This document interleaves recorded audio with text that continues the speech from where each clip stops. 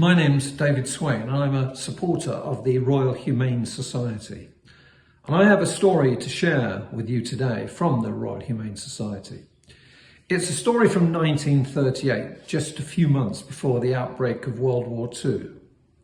It's a story of great bravery, and when I first read it, I wondered how many of us would have shown such courage as the men involved in this incident. So here we go.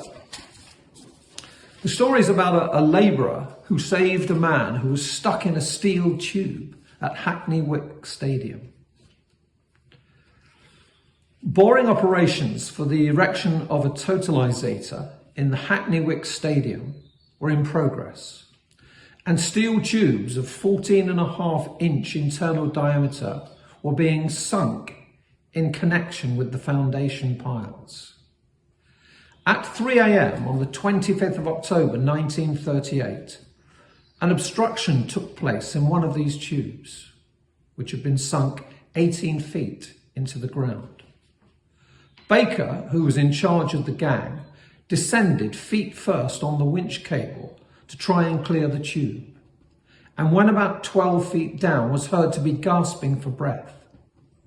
The winch was reversed and Baker was hauled up to within 4 foot of the top, when he released his hold and fell to the bottom of the tube in an upright position with his arms about his head. Kent, in spite of being warned of the gas he would encounter, at once volunteered to go down. He had his feet tied to the winch cable and was lowered head first into the tube, with instructions to keep talking all the way down. On hearing Kent also gasping for breath, the winch was reversed and he was hauled up quickly in a semi-conscious state and bleeding from the mouth. First aid was rendered to him, and on the arrival of the fire brigade and ambulance, an oxygen bottle, partly opened, was lowered down the tube close to Baker's mouth in the hope of dispersing the gas and keeping the man alive until rescued.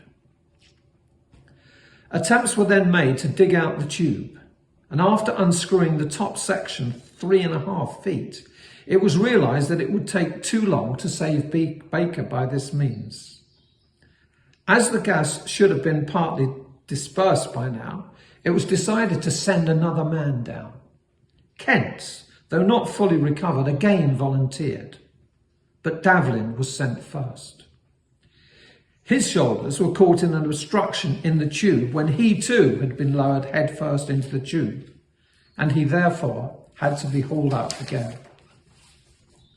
Though there were numerous volunteers to go down the tube, no one was small enough to do so. Kent, fully realising the risk he would incur, was again lowered into the tube head first. He caught Baker's wrists, but was heard again gasping for breath and calling, "Quick, quick!" He was then hauled up and managed to retain his hold of the man's wrists until others were able to get hold of Baker's arms and take the weight.